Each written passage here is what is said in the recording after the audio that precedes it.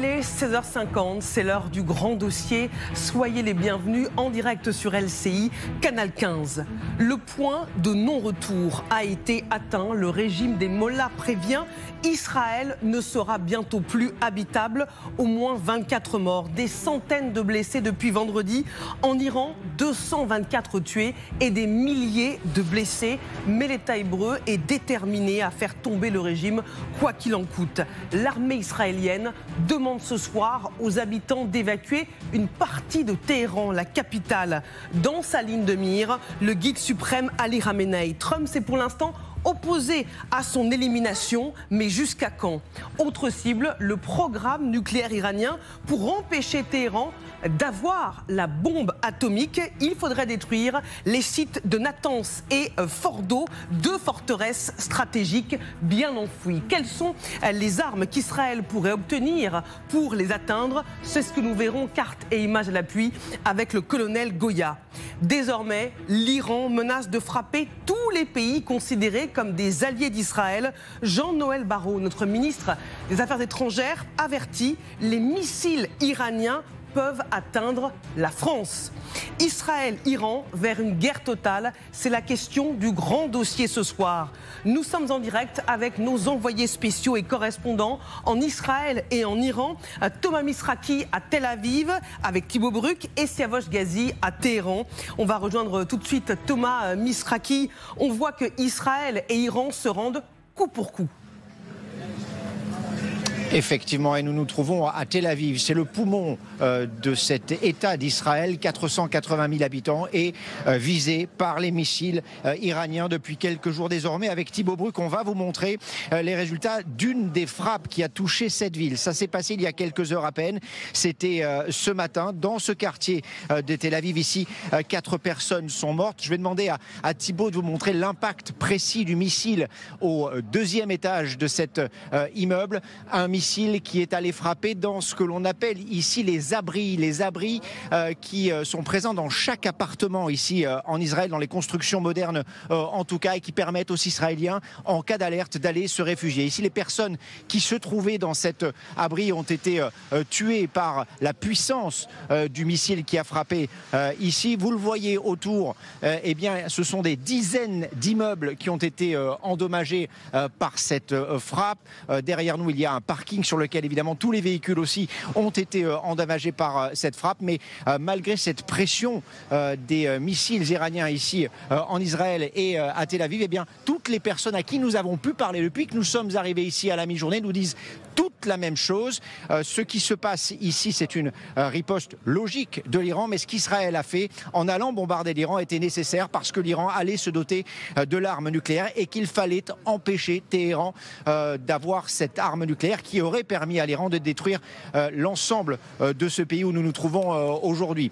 Israël donc qui vit désormais au rythme des alertes. La première que nous avons vécue quelques minutes seulement après avoir mis le pied dans l'État hébreu aux alentours de midi. Et ce soir, Tel Aviv, comme l'ensemble du pays, se prépare à de nouvelles frappes. Merci beaucoup Thomas Misraki avec Thibaut Bruck. Faites attention à vous évidemment et vos remontées de terrain sont précieuses en direct de Tel Aviv ce soir. Allons plus loin dans le grand dossier. Accueillons le colonel Michel Goya, bonsoir. Bonsoir consultant militaire pour LCI.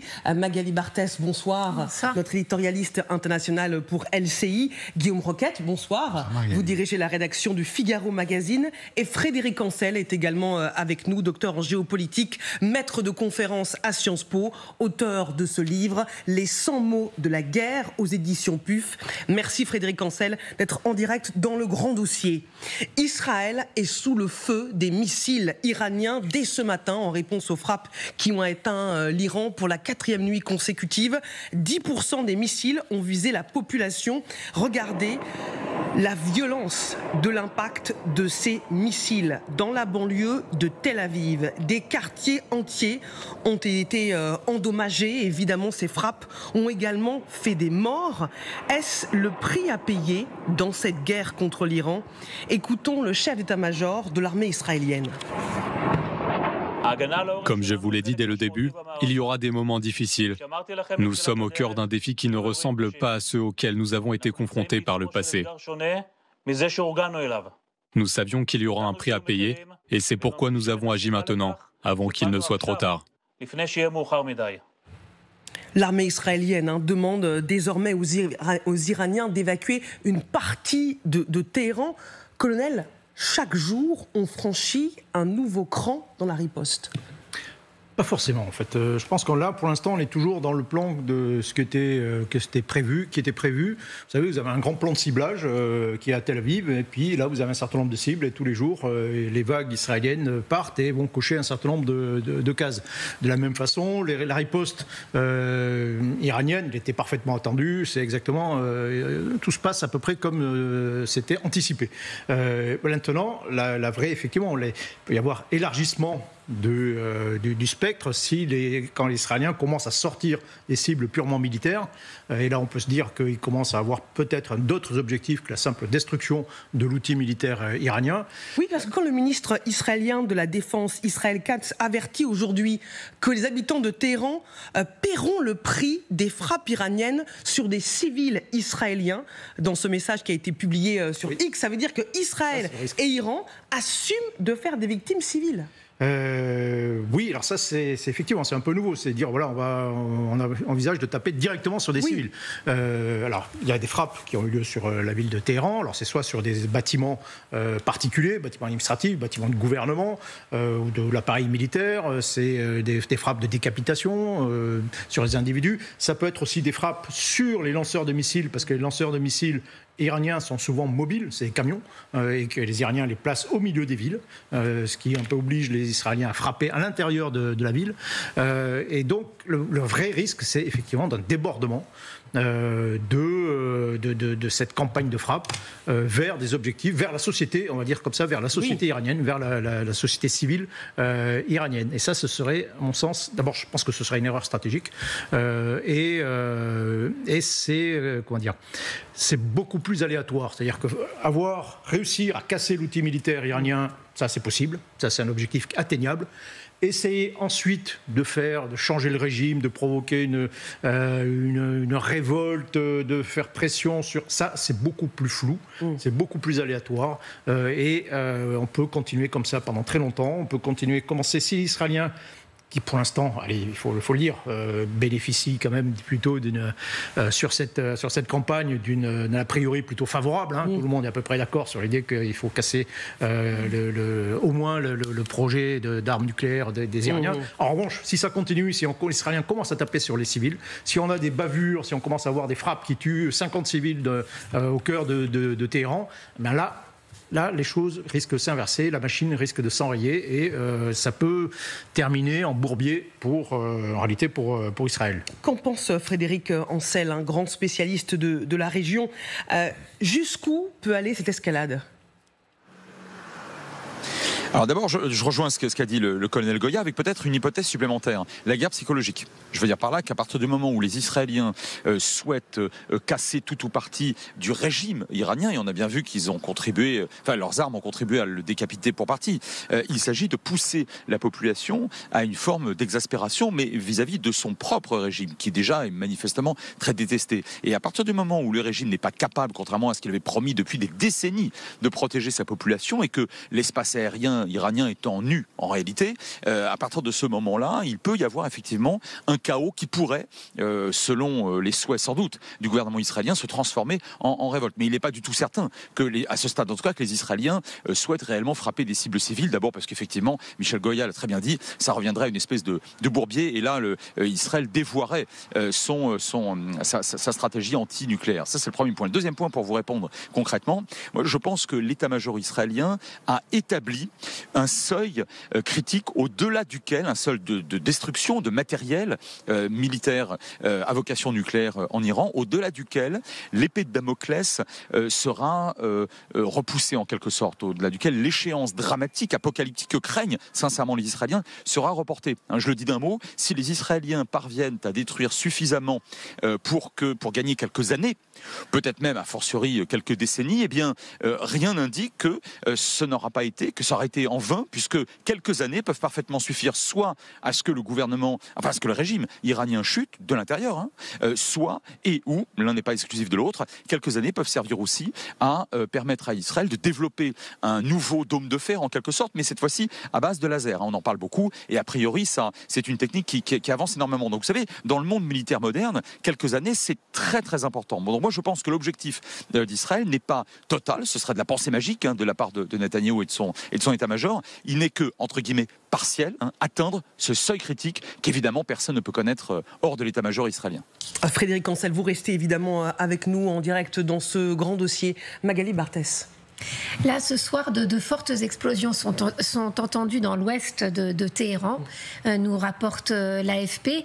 Et le gouvernement israélien, en tous les cas le ministre de la Défense israélien, explique que dans les frappes à venir, la radio-télévision iranienne va disparaître, que les gens aux alentours doivent évacuer parce que c'est l'outil de la propagande du régime et que donc c'est la prochaine cible de l'État hébreu. Donc on voit quand même que de frappes sur le programme nucléaire, on passe quand même à des frappes à la fois sur les rampes de lancement de missiles, oui, mais il y a quand même une stratégie de la déstabilisation parce que ce sont des dépôts de carburant qui sont visés, des centres de commandement de police aussi dans Téhéran. Téhéran a été frappé à très nombreuses reprises et maintenant, manifestement, l'objectif israélien, c'est de s'en prendre à l'outil médiatique, à la télévision d'État iranienne. Donc oui, il y a quand même un gros facteur de guerre psychologique, au-delà du point de vue purement militaire. Il y a une volonté de déstabiliser, de faire vaciller le régime, avec quand même des appels de plus en plus clairs du gouvernement Netanyahou au soulèvement de la population. Alors, est-ce que ça aura lieu ou pas? Est-ce que c'est un élément de plus de cette guerre psychologique pour faire trembler le régime? Mais on voit quand même cette volonté de toucher au cœur le régime, et pas seulement du point de vue militaire. Guillaume Roquette. Oui, il me semble que les objectifs stratégiques que Magali vient de rappeler très justement contrastent avec la riposte iranienne, qui elle est en quelque sorte une riposte automatique. C'est-à-dire que d'un côté, il y a Israël qui a ses objectifs bien précis. D'abord, l'outil nucléaire iranien pour éviter qu'il ne se transforme en bombe atomique. Ensuite, le haut commandement militaire avec tous ces généraux qui sont éliminés les uns après les autres. Et enfin, peut-être un changement de régime avec des attaques médiatiques, sur l'outil médiatique iranien.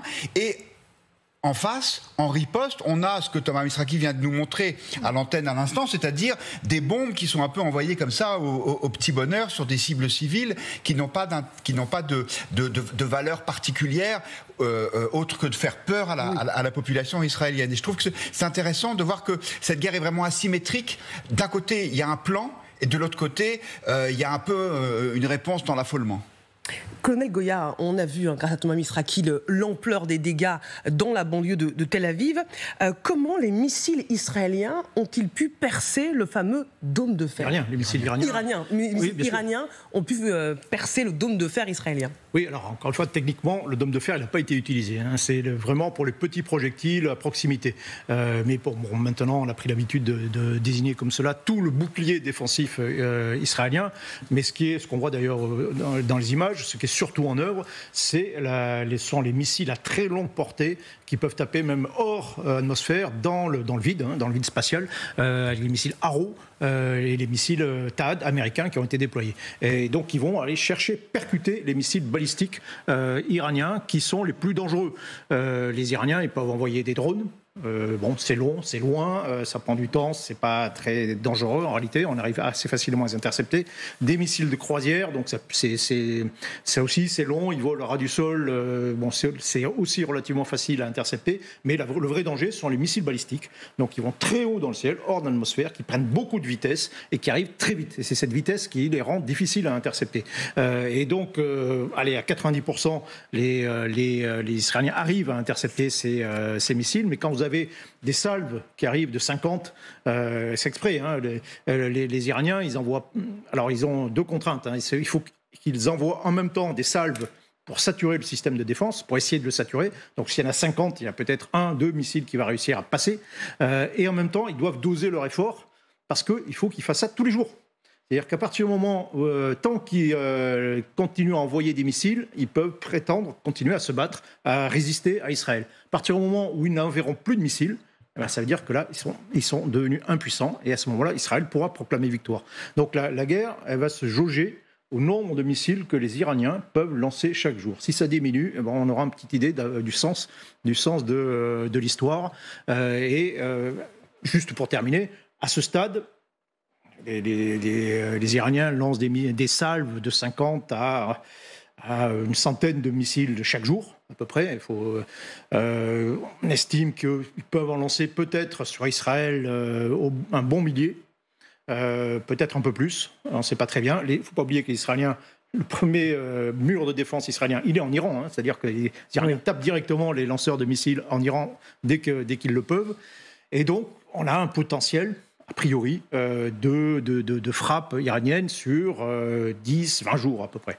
Donc c'est probablement la durée qu'il faut anticiper pour ce conflit. Frédéric Ancel, Israël a un plan, éliminer le régime iranien, détruire le programme nucléaire. Est-ce que ce soir, Israël est parti pour assumer une guerre contre l'Iran qui va durer plusieurs semaines, voire plusieurs mois ? Oui, plusieurs semaines au moins, oui, ça c'est, je le dis depuis un peu plus de 72 heures. Cette fois-ci, on n'est pas sur une frappe tactique, technique, sur de la guerre psychologique visant à pousser le régime iranien à négocier ou à emmener avec soi les Occidentaux. Là, cette fois, les Israéliens ont décidé d'en terminer. Dans la mesure où, je le disais tout à l'heure, en terminer, c'est-à-dire gagner substantiellement du temps, au mieux quelques décennies et au pire quelques années. Ça, c'est la première chose. Et la deuxième, j'ai presque envie de vous dire, d'un point de vue strictement logistique et militaire, qu'un missile ne sert qu'une seule fois.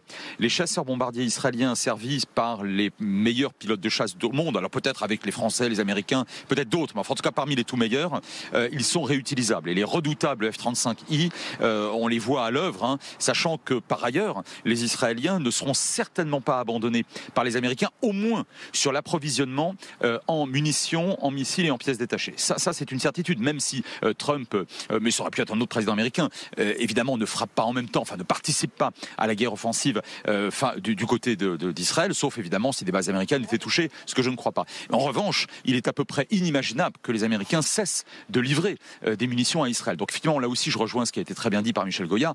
À la fin des fins, je pense que cette guerre, au sens strictement militaire, après politiquement, on verra bien. Et d'ailleurs, je crois que le régime ne tombera pas. Enfin, le régime iranien, en tout cas, s'il tombe, et il finira bien par tomber, comme tout régime politique d'ailleurs, ce ne sera pas parce que les Israéliens auront propulsé des bombes. Je peux évidemment me tromper. Mais en tout cas, au sens strictement militaire du terme, cette guerre, je l'affirme, ne peut pas être gagnée par l'Iran.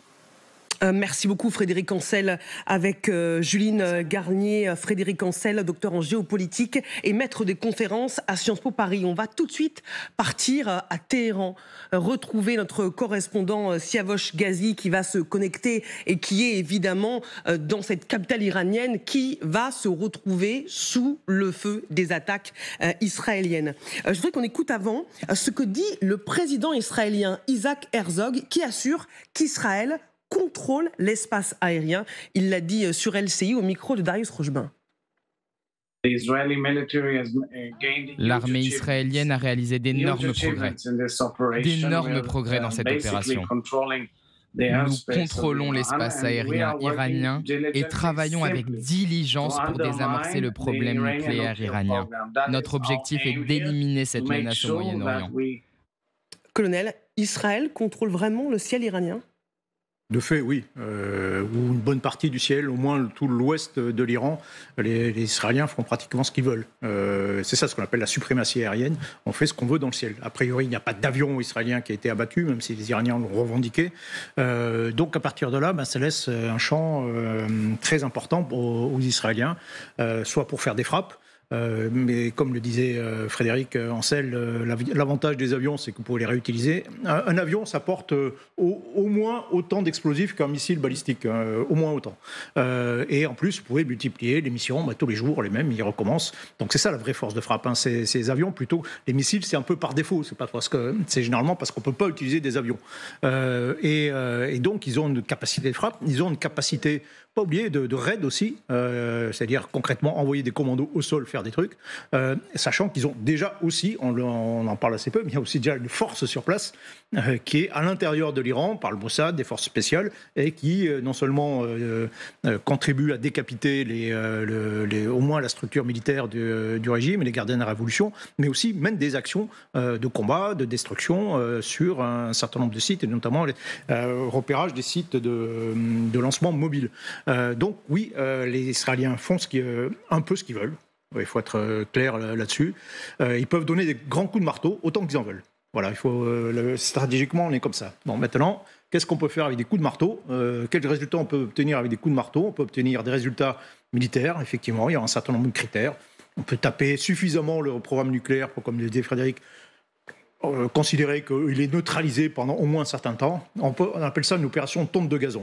Donc on peut casser l'outil militaire, épuiser le stock de missiles balistiques iraniens, casser la structure de commandement, et donc neutraliser militairement l'Iran en considérant que ça y est, ce n'est plus une menace. Le régime sera peut-être toujours là, mais c'est plus une menace militaire. Ça, on peut le faire. Après, avec des coups de marteau, encore une fois, faire des changements politiques, ça c'est beaucoup plus incertain. Donc voilà, la question, là, je termine là-dessus. C'est soit une opération de tonte de gazon, voilà, c'est on casse tout et puis on arrête, et puis on est tranquille pendant des années, et on recommencera plus tard.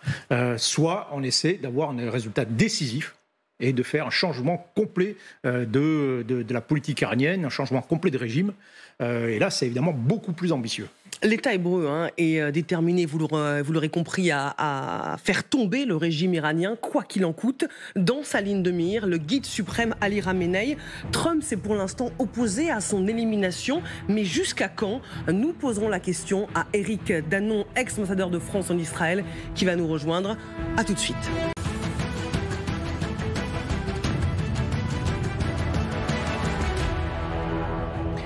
Vous êtes bien devant le grand dossier intitulé ce soir « Israël-Iran vers une guerre totale ». C'est la question que nous posons alors que l'État hébreu est déterminé à faire tomber le régime iranien quoi qu'il en coûte. Dans sa ligne de mire, le guide suprême Ali Khamenei, Trump s'est pour l'instant opposé à son élimination. Mais jusqu'à quand? Autre cible, le programme nucléaire iranien. Il faudrait détruire les sites de Natanz et de Fordo, deux forteresses stratégiques. Quelles sont les armes qu'Israël pourrait obtenir pour les atteindre? C'est ce que nous verrons, images et cartes à l'appui, avec le colonel Goya dans un instant. Mais d'abord, les principaux titres de l'actualité. À la une, justement, pleine escalade entre Israël et l'Iran. Les pays membres du G7 se retrouvent à Calgary, au Canada. Le sommet doit durer 3 jours. Certains pays veulent, à l'issue de ce sommet, formuler une déclaration commune pour faire redescendre la tension. Emmanuel Macron, vous le voyez, Donald Trump sont déjà sur place. C'est un grand rendez-vous pour les industriels de l'aviation et de la défense. Le salon aéronautique du Bourget a ouvert ses portes et au premier jour du salon, le gouvernement français a décidé de fermer les stands israéliens présentant des armes offensives. François Bayrou s'en est expliqué face à la presse. Le gouvernement israélien a dénoncé de son côté une décision scandaleuse et sans précédent. Ils ont été plus de 500 000 à plancher sur cette question. La vérité est-elle toujours convaincante? Tout un sujet. On parle bien sûr du bac philo que les élèves de terminale ont découvert ce matin. Dès demain, les élèves se pencheront sur les épreuves de spécialité. Voilà pour l'essentiel de l'actualité. Vous êtes bien devant le grand dossier consacré ce soir à cette question. Iran-Israël vers une guerre totale. Avec le colonel Michel Goya, avec Magali Barthès, Guillaume Roquette. Et nous a rejoint Éric Danon. Bonsoir, ex-ambassadeur de France en Israël. Merci beaucoup d'être avec nous dans le grand dossier. Avant de nous entendre, partons tout de suite à Téhéran, en Iran. Retrouve notre correspondant Siavosh Ghazi. Bonsoir Siavosh. Téhéran est donc sous les frappes israéliennes ce soir. Absolument. Il y a eu 2 très fortes détonations que j'ai entendues de là où je suis. Le siège de la télévision, de la radio et télévision d'État a été frappé donc à 2 reprises. La présentatrice qui était donc en direct à la télévision a dit tout d'abord qu'elle était c'était le bâtiment, d'un des bâtiments de la télévision iranienne qui avait été touché. Et ensuite, ce sont donc le studio où se trouvait également qui a été touché. Elle a dû s'enfuir du studio alors qu'il y avait un nuage blanche qui s'est emparé du studio et la télévision a arrêté ses émissions pour diffuser des magasins préenregistrés. C'est la première cible qui a été touchée après l'alerte qui a été lancée par l'armée israélienne, c'est la télévision d'État. Il y a depuis 2 heures des attaques aussi dans les quartiers de l'ouest de Téhéran. Et puis, de son côté, l'Iran a lancé une mise en garde, une alerte, et a demandé aux habitants d'un quartier de Tel Aviv d'évacuer ce quartier immédiatement en disant qu'il y aura des frappes immédiatement sur ce quartier. Merci beaucoup, Siavosh Ghazi, notre correspondant à Téhéran. On comprend que la situation est évidemment très préoccupante ce soir. L'État hébreu, je vous le disais, est déterminé à faire tomber le régime, quoi qu'il en coûte, principalement dans sa ligne de mire, l'ayatollah Ali Khamenei. Trump s'est pour l'instant opposé à son élimination, mais jusqu'à quand? Regardez ce que dit ce responsable américain à l'AFP. Nous avons découvert que les Israéliens projetaient de cibler le guide suprême iranien. Le président Trump était contre et nous leur avons dit de ne pas le faire. Jade Partouche, bonsoir. Vous nous avez rejoint. Vous avez évidemment vu cette citation. Trump s'est donc opposé à ce stade à l'élimination du guide suprême. Oui, c'est une information qui a été relayée par de hauts responsables américains. Trump a opposé son veto au plan israélien visant à tuer le dirigeant suprême de l'Iran. Benjamin Netanyahou aurait eu en fait, il y a quelques jours, une fenêtre de tir pour éliminer le guide suprême, l'ayatollah Khamenei, mais se serait abstenu. La raison, Donald Trump l'aurait dissuadé d'attaquer. On l'a vu à l'instant, nous avons découvert que les Israéliens projetaient de cibler le guide suprême iranien. Le président Trump était contre. Et nous leur avons dit de ne pas le faire. Pour les États-Unis, tuer l'ayatollah Khamenei aurait été en fait très clairement la provocation de trop, rendant tout retour à la table des négociations impossible. Donald Trump ne veut pas de cette guerre et il espère encore, je vous le rappelle, ramener l'Iran à la table des négociations sur le dossier nucléaire. Avec l'assassinat, l'élimination de l'ayatollah Khamenei, la provocation aurait été trop grande. Les Iraniens ont-ils tué un Américain jusqu'ici ? Réponse non, tant qu'ils ne l'auront pas fait, nous ne parlerons même pas de nous en prendre aux dirigeants politiques. Déclaration donc de ce haut responsable, moyen aussi de rappeler, attention, ne touchez surtout pas aux États-Unis. Côté israélien, Benjamin Netanyahou nie en bloc. Il était invité hier de la chaîne Fox News, chaîne américaine. Écoutez ce qu'il déclarait. Il y a tellement de faux rapports sur des conversations qui n'ont jamais eu lieu. Et je ne vais pas m'y attarder. Je peux vous dire que je pense que nous faisons ce que nous devons faire. Nous ferons ce que nous devons faire. Je pense que les États-Unis savent ce qui est bon pour eux. Et je ne vais pas m'étendre sur le sujet.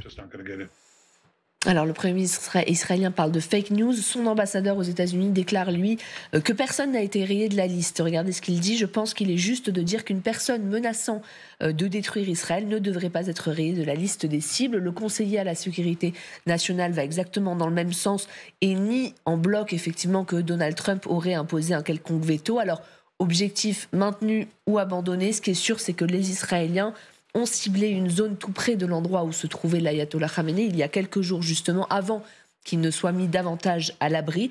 Ils ont ciblé cette zone très clairement pour dire quoi ? Pour dire plusieurs choses.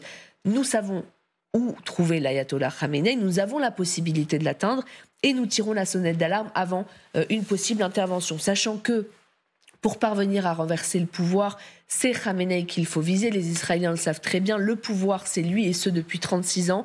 Les autres, aussi nombreux soient-ils à avoir été éliminés, sont, disons-le clairement, remplaçables. Et leur élimination ne désorganise que temporairement, du moins, le régime. Selon certaines sources israéliennes, l'État hébreu pourrait, je cite, garder l'ayatollah Khamenei pour signer la capitulation définitive de l'Iran.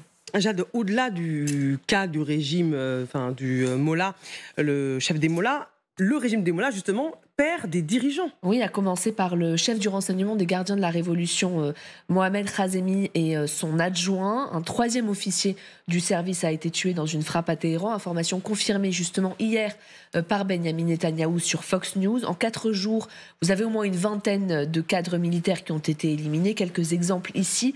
On retrouve donc le commandant en chef des gardiens de la Révolution qui a été tué au tout début de ce conflit dans la nuit de jeudi à vendredi dernier à Téhéran. Dans cette même frappe, le chef de l'état-major des armées a été éliminé également. Et en tout, ce sont à ce jour une dizaine de scientifiques qui travaillent sur le nucléaire qui ont été éliminés par l'État hébreu. Merci beaucoup, Jade Partouche, pour ces informations très précieuses. Éric Danon, je me tourne vers vous, ex-ambassadeur de France en Israël. Est-ce que le régime de Netanyahou est prêt à éliminer le guide suprême, que ça plaise ou non aux Américains? 2 choses différentes. D'abord, il faudrait qu'ils en aient envie, ce qui n'est pas du tout évident. On peut dire que c'est une spéculation que de dire qu'ils l'ont mis dans les cibles, les objectifs possibles. Pour le moment, Israël poursuit ces bombardements dans un plan qui est ancien, bien établi, et ce qu'on appelle la peau de léopard, c'est-à-dire, l'image est assez parlante, l'ensemble des points à cibler. C'était pas prévu au départ. Maintenant, ils ont envie de faire tomber le régime, mais ils ne font pas ce qu'il faut pour cela. Ils poursuivent l'ensemble des cibles, et si ça peut permettre de faire tomber le régime, ils en seront très contents. Ce qu'ils savent, c'est qu'il y a des cibles qu'il ne faut pas toucher pour que la population ne se braque pas contre Israël. Un certain nombre de cibles civiles et la question du pétrole, qui est ambiguë. Voilà. Mais pourtant, le ministre israélien de la Défense a dit ce soir que les habitants de Téhéran allaient payer le prix des victimes civiles israéliennes faites par les frappes iraniennes. D'accord. Nous verrons ce qu'il en est et comment il en est dans les jours qui viennent. Mais est-ce que le simple fait de le dire, ça ne risque pas justement de braquer les Iraniens? On parle de plus de 200 morts et des milliers de blessés. Et comme le dit le colonel Goya, il y a quand même un consensus global sur le fait que abattre le régime des Mollahs serait une bonne chose pour la région et pour le monde. Mais s'il y a des civils iraniens qui sont tués, ça changerait la donne. C'est pas comme ça que ça marche. Là, le changement du régime ne peut se faire que si la population iranienne se soulève. Pour qu'elle se soulève, il faut qu'elle en ait l'opportunité. Et si le guide suprême est tué, ce sera effectivement une opportunité. Mais on n'en est pas là. Alors ça peut arriver, mais ça n'est pas encore dans les objectifs d'Israël la priorité. Il y a d'autres priorités de façon à affaiblir tout l'ensemble. Cette histoire va durer, normalement, sauf si tue le guide suprême, ça va durer encore 4 ou 5 jours, plutôt 5 jours. Et comme ça, les Israéliens auront atteint l'ensemble des cibles qui s'étaient fixées au début et qui correspondent à l'affaiblissement du système iranien qu'ils souhaitaient. Après, vous avez l'affaire avec Trump. C'est exactement comme le début de l'offensive israélienne, Trump n'en voulait pas. Il veut toujours montrer, lui, qu'il ne veut pas la guerre. Alors, la guerre a commencé, parce qu'Israël a attaqué, Trump n'en avait pas envie, et maintenant il fait payer cher à Netanyahou le fait d'être parti en guerre, parce que vous voyez bien que l'intervention américaine de soutien, elle est bien plus tardive que lors des 2 premières attaques de l'Iran sur Israël, où la réplique américaine avait été mise en place immédiatement. Sauf que là, on est au 3e jour. Et Trump attend tranquillement que Netanyahou lui demande. Et vous verrez que le prix à payer sera élevé. Donc Netanyahou, on va voir s'il le demande ou pas. Est-ce qu'il peut le faire sans l'autorisation de Trump? Oui, sans hésiter. Il n'a pas besoin de Trump pour aller éliminer le guide suprême. En revanche, ça le rend, lui, dans une situation compliqué par rapport aux États-Unis. Le guide suprême sait qu'il n'est plus intouchable. Notre correspondant Siavosh Kazi nous le disait il y a quelques instants, de fortes explosions ont retenti dans plusieurs secteurs de Téhéran, la capitale iranienne. La télé d'État a même été visée par une attaque. Regardez.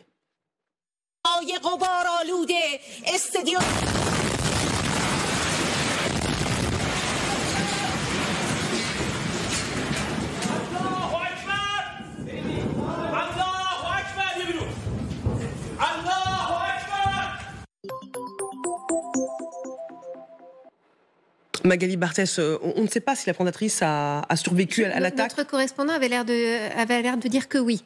Mais ce qui est sûr, c'est que tout ça est revendiqué haut et fort par le ministre israélien de la Défense, Israël Katz, qui dit que le porte-voix de la propagande a ainsi disparu. Donc il revendique cette frappe sur la radio et télévision d'État iranienne. Il y a des frappes en ce moment sur Téhéran. Il y a eu même un appel à évacuer tout un secteur. Les habitants ont été prévenus que des frappes allaient avoir lieu. Et ce secteur, c'est le secteur nord-est de la capitale iranienne, où se trouve, alors il y a la télévision d'État, mais où se trouvent aussi des ambassades étrangères.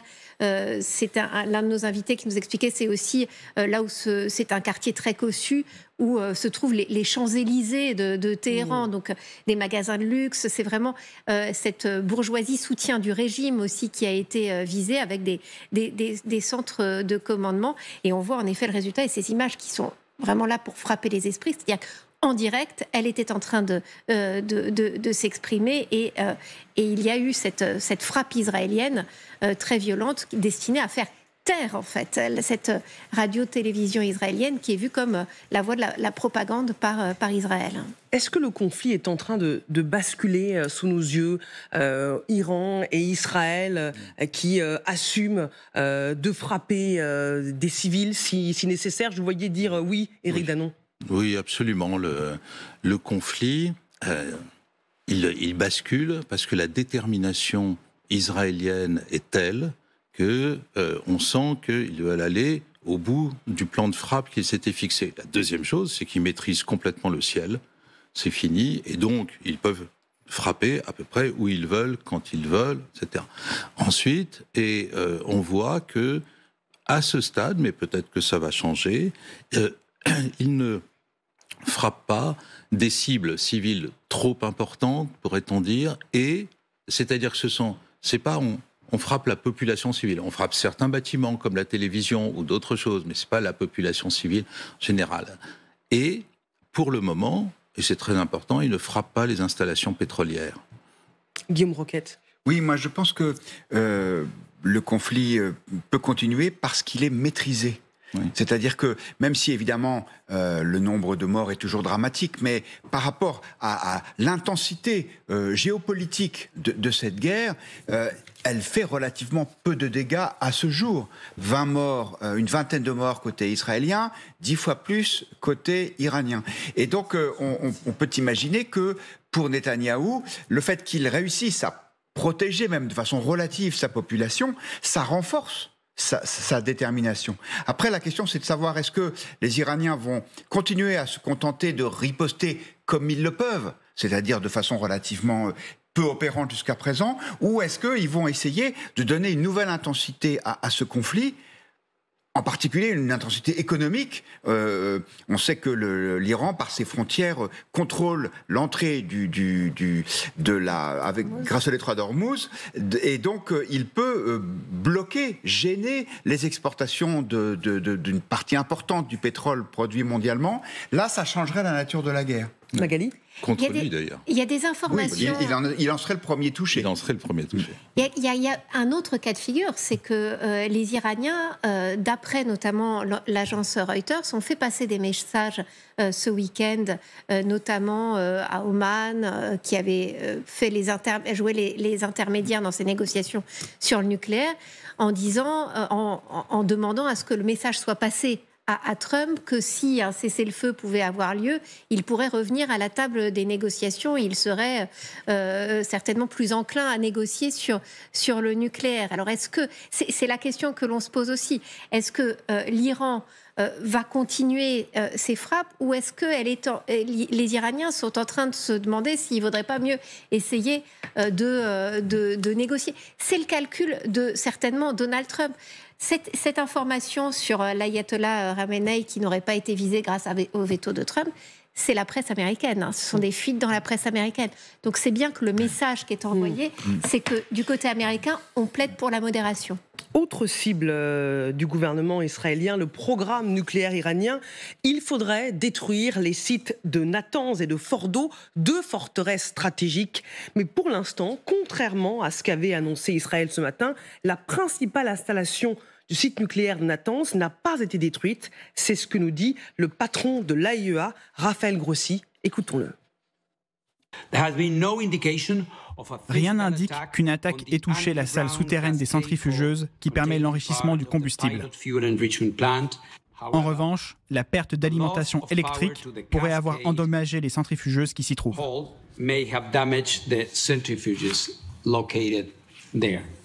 Alors, quelles sont les armes qu'Israël pourrait obtenir pour détruire les principaux sites nucléaires iraniens? C'est ce que nous allons voir avec vous, colonel Goya, carte et image à l'appui devant le grand écran. Israël a ciblé les installations nucléaires d'Ispahan. C'est le centre de technologie d'Ispahan. Ça, ce sont les images avant. Et après, vous le voyez dans les zones qui ont noirci, comme ici, on voit bien que le site a été touché, mais uniquement en surface. 4 bâtiments ont été endommagés, le laboratoire central de chimie, une usine de conversion d'uranium ou encore l'usine qui fabrique évidemment le combustible pour le réacteur de recherche de Téhéran. Ce que l'armée israélienne cherche à atteindre, c'est la partie souterraine des sites nucléaires, comme ici à Natanz, toujours dans la province d'Ispahan. Ce qui est stratégique, c'est ce qui est protégé en profondeur, crucial pour le programme nucléaire iranien. Le site s'étend sur plusieurs kilomètres et comprend des halls souterrains d'enrichissement creusés profondément sous terre, une structure protégée par des mètres de béton armé et de remblais pour résister aux attaques aériennes et des zones de stockage, de maintenance et d'assemblage. Natanz abrite des milliers de centrifugeuses IR1 et IR6 utilisées pour enrichir l'uranium. Colonel, pourquoi Israël n'arrive pas à frapper aussi loin ? Parce que c'est difficile. Alors, il faut rappeler, stratégiquement, vous avez 2 sites d'enrichissement, Fordo, Natanz, et vous avez 4 grands sites de recherche, on va dire. On a évoqué tout à l'heure celui d'Ispahan, à Téhéran, etc. Plus des mines d'uranium, éventuellement, qui pourraient être frappées. Donc, c'est un ensemble assez vaste de cibles à taper. Ça, c'est le premier élément. Deuxième élément, les Israéliens ont le temps, la suprématie dans le ciel. Donc, je veux dire, c'est pas forcément... ils peuvent frapper ces sites plusieurs fois, même s'ils n'ont pas forcément les moyens pour l'instant, pénétrer véritablement à l'intérieur. Alors plus précisément, toute la difficulté, c'est évidemment de pouvoir pénétrer, vous l'avez évoqué, dans le sous-sol. L'instrument premier pour ce type d'action, c'est pour ça que ça a été inventé d'ailleurs, ce sont des bombes, ce qu'on appelle des bunker bombes, des bombes de pénétration. On peut voir leur bombe qu'ils utilisent actuellement, la bombe GBU-28. C'est la première. Ah, ça c'est. C'est le livre de Frédéric Ancel. C'est très bien aussi. C'est très intéressant. Voilà. Alors la GBU-28, c'est la première bombe pénétrante véritablement moderne qui a été mise en place. Particularité des bombes pénétrantes, le principe c'est simple, c'est que vous avez une bombe qui est durcie. Qui a un acier durci qui va pénétrer. Alors ça fait plus de 2 tonnes. Donc vous avez 2 tonnes qui arrivent à plusieurs centaines de kilomètres/heure sur un point. Ça va le percuter, ça va faire un trou. Et la deuxième caractéristique, c'est que l'explosion est retardée. Une bombe normale, si vous voulez, dès qu'elle percute le sol, ça explose. Là, ça percute, ça pénètre et ça explose ensuite. Donc il y a un temps de retard dans l'explosion. Puis ensuite, troisième élément, ça fait 2 tonnes. En général, il faut compter la moitié comme étant de l'explosif. Donc en gros, il y a 1 tonne d'explosif à l'intérieur. C'est colossal pour une bombe. C'est 2 fois, c'est vraiment les plus gros missiles balistiques qui sont là. Donc il faut imaginer comme un missile balistique qui pénètre dans le sol et qui va exploser.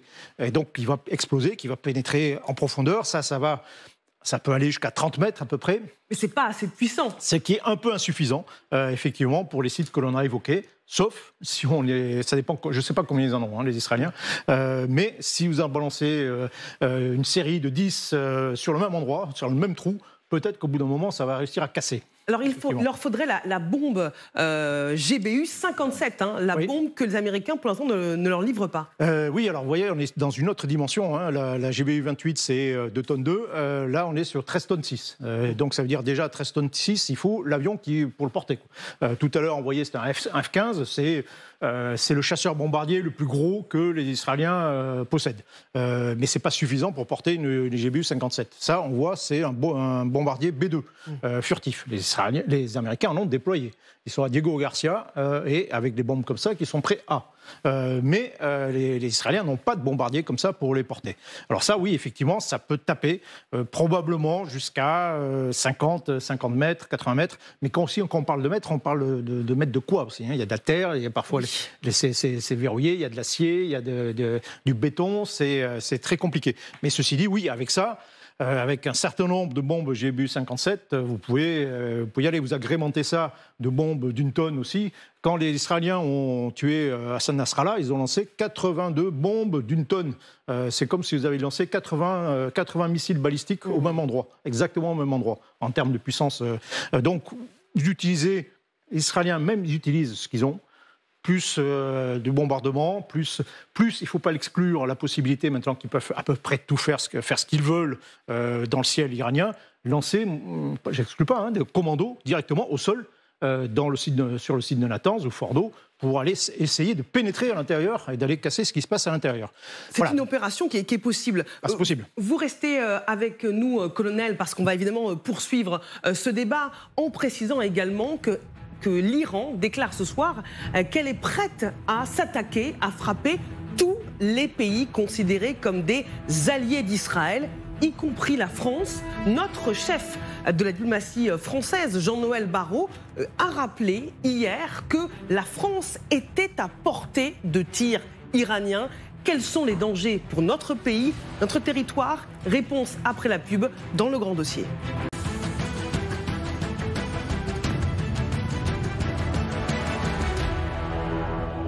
Vous êtes bien devant le grand dossier sur LCI, Canal 15, intitulé ce soir « Israël-Iran vers une guerre totale ». Désormais, l'Iran menace de frapper tous les pays considérés comme des alliés d'Israël, y compris la France, à portée de tirs iraniens. Regardons ensemble cette séquence diffusée par le ministère israélien des Affaires étrangères.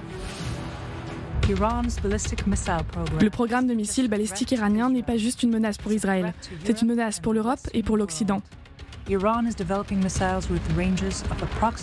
développe des missiles ayant une portée d'environ 4000 km, ce qui place l'Europe à portée de tir. Ce n'est pas une menace future, c'est la réalité du moment. La menace que fait peser l'Iran doit être stoppée. Et regardez, Jean-Noël Barrot, notre ministre des Affaires étrangères, ajoute, c'est ce qu'il a déclaré hier sur RTL, l'Iran dispose de capacités nucléaires, de missiles qui peuvent toucher le territoire français. Colonel, nous sommes à portée de tir iranien, comme l'a montré le graphique diffusé par les Israéliens. Oui, après, voilà, faut pas non plus exagérer. On est vraiment au bout du limite, le territoire français. Et puis de toute façon, on ne voit pas raison pourquoi l'Iran taperait le territoire français. Accessoirement, il peut frapper. On a des installations, on a 2 bases militaires, on a un contingent au Liban, on a une base militaire en Jordanie, une base militaire aux Émirats, et donc un contingent au Liban. Oui, s'il faut frapper la France. Oui, on voit que dans la zone de tir, voilà. la France est comprise. Je vous pose la question parce que c'est quand même Jean-Noël Barrot qui a commencé à dire dire ça. Nous, on n'y pensait pas du tout. Et là, il nous dit... ça fait des années qu'on le dit. C'était ce qui justifiait notamment la mise en place de missiles antimissiles américains en Europe orientale. On dit non, c'est pas du tout face à la Russie. Et donc, alors si c'est pas face à la Russie, pour pas vexer la Russie, pour pas l'énerver, c'est face à qui? On a cherché, il y a l'Iran. L'Iran qui pourrait frapper. Bon, et éventuellement, si l'Iran plus l'arme nucléaire, oui, ça deviendrait dangereux. Bon, et ça justifierait un bouclier antimissile. Au passage, pourquoi est-ce que ça justifierait un bouclier antimissile alors que nous, Français, nous disposons de l'arme nucléaire et d'une capacité de dissuasion. Sinon, on se serait doté nous-mêmes d'un bouclier antimissile depuis longtemps, si ça avait été possible. Donc là, je pense qu'on agite, et puis dispose de capacités nucléaires. Bon, il faut pas exagérer non plus quand même. Ils n'ont pas l'arme nucléaire mardi prochain, quoi. On est quand même à des échéances. Il n'y a pas une urgence absolue. On est quand même à un certain nombre d'échéances. Alors non pas qu'il n'y a pas de menace possible, incontestablement, mais bon, voilà, il faut être clair, la France n'est pas menacée par l'Iran actuellement. Au moins de ce point de vue, il peut y avoir d'autres moyens d'action. Je termine là-dessus, mais dans les années 80, il faut quand même rappeler qu'on a été en confrontation très forte avec l'Iran, que les Iraniens nous ont fait très mal, que ce soit au Liban, que ce soit à Paris, qu'ils ont organisé des attentats. Oui, ça, ils peuvent faire des choses. Maintenant, la perspective d'une attaque par missile sur le territoire français, il faut être sérieux quand même. Bon, alors Jean-Noël Barrot joue peut-être à nous faire peur. Totalement, je veux dire. Alors, justement, avant Guillaume Roquette, justement, Éric Danon, sur cette menace qui pèse sur la France. Elle est évidemment présentée comme une menace, comme ça, très, très forte. Ça permet de préparer l'opinion publique à ce que la France aide éventuellement Israël dans cette affaire, en disant mais la menace est aussi pour nous. Et elle permet à Israël de dire, vous les Occidentaux, aidez-nous, soyez plus de notre côté, parce que vous êtes menacés aussi. Et évidemment, il n'y a pas de peur ou d'angoisse à avoir. C'est juste qu'on est dans un jeu de positionnement politique et d'alliance. Plus la guerre entre les deux va avancer, plus la question des alliés des uns et des autres va se poser. Donc, pour le moment, il paraît clair que si la France, le président l'a dit, doit aider un pays, aidera Israël. Maintenant, pour se mobiliser, on voit mal qu'elle se mobilise avant les Américains. On est donc dans une séquence où les Européens peuvent se préparer à suivre les Américains dans une coalition de soutien à Israël. Et on fait monter la tension pour que l'opinion publique l'accepte mieux. Guillaume. Oui, parmi les déclarations gouvernementales françaises, moi j'accorde plus d'attention à celle de Bruno Retailleau, le ministre de l'Intérieur, qui dit qu'il y a une double menace possible, qui est celle d'actes terroristes islamistes endogènes. Il ne faut pas oublier que l'Iran, c'est pas seulement un État, c'est aussi un pays religieux. Le guide suprême est un des représentants majeurs du chiisme, et donc il y a une dimension religieuse possible. Et puis il y a aussi, Bruno Retailleau le dit, des actions iraniennes sur notre sol. Michel Goya le rappelait, dans les années 85-86, il y a eu des attentats à Paris, l'attentat de la rue de Rennes, l'attentat de la galerie Point-Chaud, qui ont été organisés par les Iraniens. Et plus près de nous, il y a un diplomate iranien qui s'est fait prendre la main dans le sac parce qu'il voulait organiser en 2018 un attentat pour éliminer des membres de l'opposition iranienne. C'était à Villepinte. Donc cette menace-là, elle n'est pas théorique ou elle n'est pas abstraite. Si les puissances occidentales s'impliquaient, c'est sûr que le conflit prendrait une autre tournure. Partons à Washington, retrouver nos envoyés spéciaux Hélène Bonnet et Éric Josset. Bonsoir Hélène. Trump a réagi alors qu'il vient d'arriver au Canada pour le G7. Oui, il a de nouveau été interrogé lors de ce point presse au Canada sur la situation entre l'Iran et Israël. Que faudrait-il pour que les États-Unis s'impliquent davantage ? Eh bien, sur cette question, Donald Trump n'a pas voulu répondre. Il est resté très ambigu. En revanche, ce qu'il a dit, c'est que l'Iran ne gagnait pas cette guerre, qu'elle voulait une désescalade, mais qu'elle aurait dû venir bien plus tôt à la table des négociations et qu'il fallait qu'elle le fasse très rapidement. Il a également dit que les États-Unis avaient toujours soutenu Israël et que les Israéliens Israéliens, pour l'instant, se débrouillaient très bien. Alors comment comprendre tout ça? Eh bien, ce qui est très clair, c'est que Donald Trump ne veut pas s'engager militairement, mais il a la pression de son allié israélien, la pression de certains républicains aussi qui aimeraient que les États-Unis s'engagent davantage. Et puis il sait aussi qu'il peut être entraîné dans cette guerre si d'aventure les Iraniens s'en prennent aux intérêts américains. Alors on voit bien que le président garde une forme d'ambiguïté, ne ferme pas la porte à une éventuelle intervention. On sait aussi qu'un des porte-avions américains qui se trouve en mer de Chine est en train de faire route vers le Moyen-Orient. Donald Trump a conscience donc qu'il faut maintenir une ambiguïté parce que les choses peuvent tout de même évoluer très rapidement. Merci beaucoup Hélène Bonnet pour ces dernières informations avec Éric Josset en direct ce soir de Washington. Magali Barthès, pourquoi une telle hésitation de la part du président américain ? Parce qu'il a été quand même élu, Donald Trump, en promettant qu'il n'y aurait plus de guerre et qu'avec les États-Unis et lui à sa tête, les Américains ne s'engageraient plus dans des aventures militaires qui, aux yeux de l'électorat trumpiste, a coûté des milliards et des milliards aux États-Unis. Donc, il veut tenir cette promesse quand même au peuple MAGA.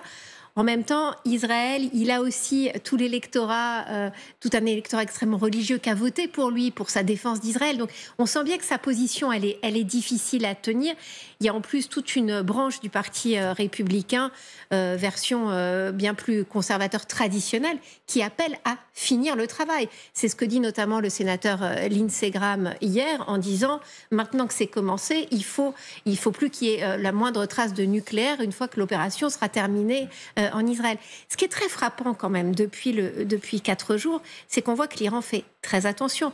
Ils ne sont pas allés taper les bases américaines dans le Golfe parce que justement, ils ne veulent surtout pas que les États-Unis s'engagent davantage et envoient les fameux bombardiers B-2 pour larguer ces fameuses bombes de 13 tonnes. Donc ils font extrêmement attention. Manifestement, comme je disais tout à l'heure, ils envoient des messages par le biais des pays du Golfe à Trump sur le mode « nous serions prêts à revenir à la table des négociations ». Tout ça se fait évidemment en coulisses, hein, mais les téléphones sonnent. C'est pas à notre ambassadeur que je vais le dire. Mais donc, il y a une intense aussi activité diplomatique derrière. Le rêve de Donald Trump, c'est que finalement, ces frappes qu'il n'a pas voulues lui permettent de mettre suffisamment la pression sur l'Iran pour obtenir un deal sur le nucléaire iranien. Il y a un mois, il était quand même dans la région, en Arabie Saoudite, et il promettait un avenir radieux, ce sont ses mots, au Moyen-Orient. On voit le résultat aujourd'hui. Oui, l'hostilité entre les États-Unis et l'Iran, c'est une vieille histoire, ça date de 79, on se souvient de la prise d'otage des diplomates américains, mais ce qui est nouveau, c'est que les républicains au pouvoir aujourd'hui sont très largement, Magali l'a rappelé, isolationnistes. Et donc, quand vous écoutez les dernières déclarations des idéologues, les Steve Bannon et Tucker Carlson, l'ancienne star de Fox News, Carlson dit priorité aux États-Unis, sous-entendu que les Israéliens se débrouillent tout seuls. Et ça, c'est quelque chose d'assez nouveau dans la grille de lecture diplomatique américaine. On n'a pas terminé évidemment d'en parler. Merci à toutes et à tous d'avoir participé à ce grand dossier.